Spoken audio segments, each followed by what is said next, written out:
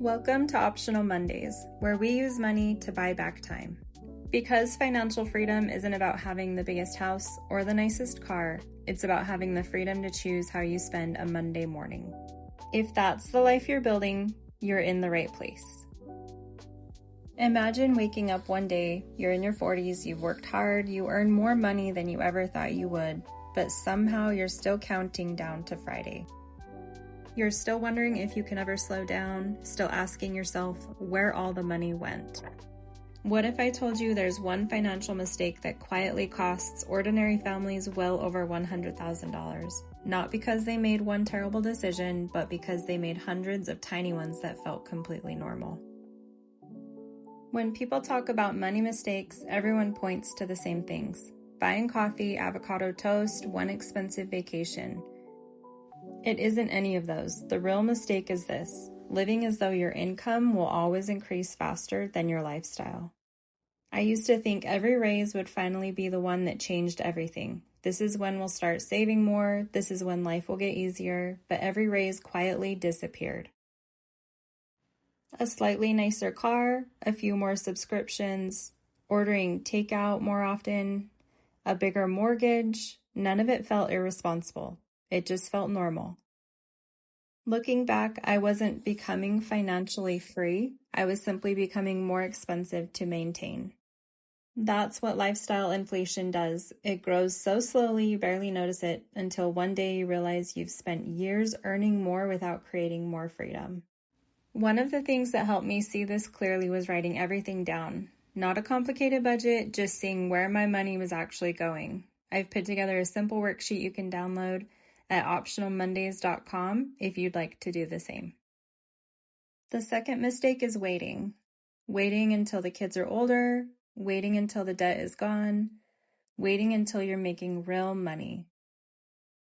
The problem is that life almost never settles down. While we're waiting, time is quietly doing what it does best: compounding.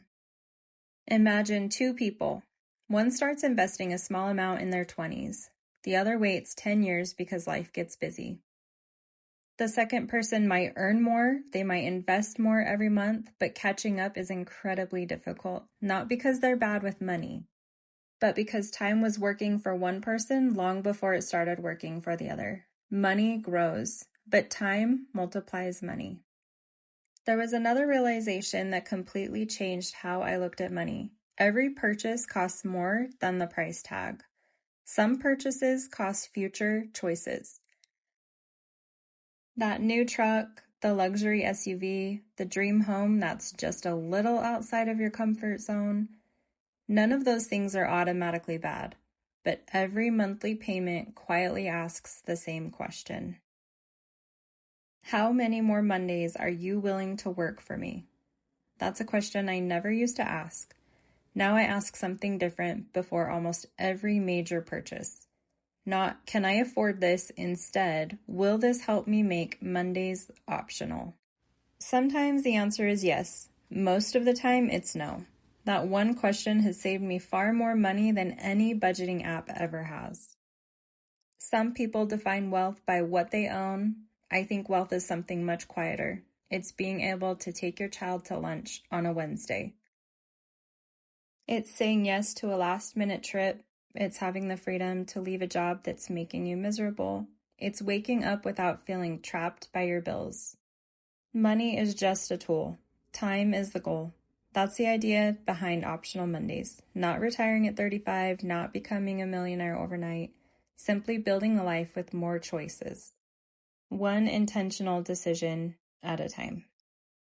If you're in your 20s, you have an incredible head start. If you're in your 30s or 40s, you're not behind. And if you're in your 50s, there's still time to change the direction you're heading. The best financial plan isn't the most complicated one. It's the one you'll actually stick with. Every dollar you spend is buying something. It can buy more stuff or it can buy more freedom. Around here, we're choosing freedom.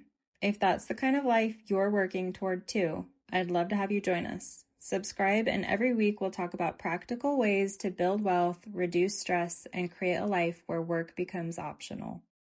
Because the goal was never to get rich, the goal is to wake up one day and realize Monday is finally a choice. If you'd like to put today's ideas into action, I've created free calculators at optionalmondays.com. They help you figure out whether your money is buying more stuff or buying more freedom.